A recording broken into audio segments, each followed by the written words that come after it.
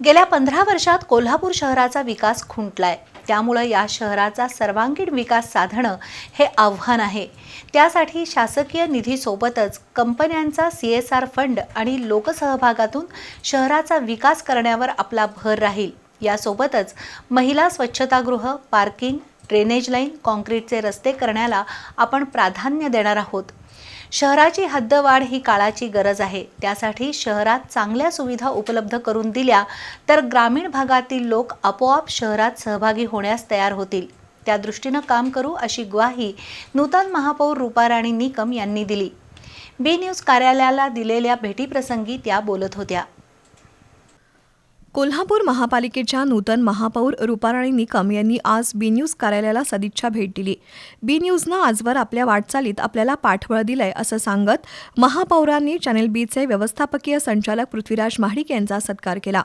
Channel बीच्या वतीनंही पृथ्वीराज महाडिक आणि संपादक चारुदत्त जोशी, वृत्तसंपादक विजय कुंभार यांच्या हस्ते महापौर निकम यांचा सत्कार करण्यात आला। यावेळी शहराच्या विकासाबाबत पृथ्वीराज महाडिक, चारुदत्त जोशी यांनी शहरवासियांच्या अपेक्षा व्यक्त केल्या। वाहतूक कोंडी, पार्किंग, कचरा उठाव, शहराची हद्दवाढ या विषयावर चर्चा झाली। महापालिकेकडे निधीची कमतरता आहे, त्यामुळे कर्मचाऱ्यांचे पगार देण्यास पैसे अपुरे पडतात। त्यामुळे शहराच्या विकासाला निधी कमी मिळतोय।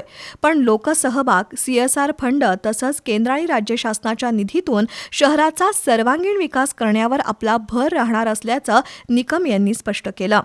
खरं तर आज महानगरपालिकेतील कर्मचाऱ्यांचे पगारही होत नाहीत अशा पद्धतीची आहे आणि मग अशा ह्याच्यामध्ये जर विकास करायचा असेल तर लोकांचा सहभाग ही अतिशय महत्त्वाची मोठी गोष्ट आहे।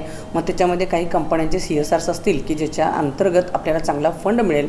उदाहरणच सांगायचं झालं तर आज कोल्हापूर शहरामधील जे काही डिवायडर्स आहेत, गार्डन्स आहेत, ज्याची खूप अतिशय वाईट अशी अवस्था आहे, किंवा कोल्हापूर शहराचं थोड्या काही वॉल असतील ज्याच्यावरती आज खरं तर कोल्हापूर शहराला ऐतिहासिक वारसा खूप मोठा आहे। मग असे काही चित्रीकरण की ज्याच्यातून पर्यटनसुद्धा आकर्षित होईल आणि या सगळ्यासाठी लोकल लोकांचा, काही कंपन्यांचा, काही CSRमधून चांगल्या पद्धतीचा फंड आणण्याचाही माझा मानस आहे। शहराच्या वाहतुकीला शिस्त लावण्यासह शहराच्या सौंदर्यासाठी रस्त्याच्या कडेला पडून असलेली वाहनं तात्काळ हटवण्याचं नियोजन आहे। महिलांसाठी स्वच्छतागृह, संपूर्ण शहरात ड्रेनेज लाईनचं जाळं विणलं जाईल, तसंच रस्त्यांचं काँक्रिटीकरण करण्याचा आपला मानस असल्याचं महापौर रूपाराणी निकम यांनी सांगितलं। कोल्हापूर शहराची हद्दवाढ झाली पाहिजे अशी आपली पहिल्यापासूनच भूमिका आहे। हद्दवाढ झाली तर शहराच्या विकासाला केंद्र शासनाकडून निधी उपलब्ध होणार आहे। पण ग्रामीण भागातील लोक शहरात येण्यास इच्छुक नाहीत। त्यासाठी पहिल्यांदा शहरातच चांगल्या सुविधा निर्माण केल्या तर ग्रामीण भागातील जनता स्वतःहून कोल्हापूर शहराच्या हद्दवाढीत यायला पुढे येईल।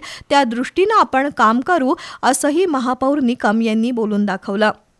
बऱ्याचदा मी हा विषय कोल्हापूर शहराची हद्दवाढ हा घेतलेला होता, कारण आज जर महापालिका चांगल्या वर्गामध्ये जर कन्वर्ट झाली तर चांगल्या पद्धतीचा निधी कोल्हापूर शहरासाठी येईल आणि मग चांगल्या पद्धतीचं काम होईल। माझी धारणा विचारांची अशी आहे की कोल्हापूर शहर आपण इतकं सुंदर, सुशोभित आणि इतकं सुविधांनी भरलेलं करू की जेणेकरून आज जो काही खेड्यातील लोकांचा रोष नकाराचा आहे तो नक्कीच कोल्हापूर शहर बघितल्यानंतर आम्हालाही त्याच्यामध्ये इन्क्लूड करा असा होईल। अशा पद्धतीचं पहिल्यांदा मी काम करीन आणि मग त्या पद्धतीनं हद्दवाढ ही झाल्याशिवाय राहणार नाही। नागरिकांच्या समस्या सोडवण्यासाठी महापालिकेत जनता दरबाराचं आयोजन केलं जाईल। त्यातून विविध समस्या सोडवण्यासाठी प्रयत्न होतील, तसंच प्राधान्यक्रम ठरवून कामं मार्गी लावू असंही महापौर निकम यांनी सांगितलं। यावेळी सुनील ठाणेकर, बाळासाहेब कोळेकर, प्रमोद वनगुत्ते, प्रशांत आयरेकर, दीपक सूर्यवंशी, राहुल जगताप, अवधूत अपराध उपस्थित होते।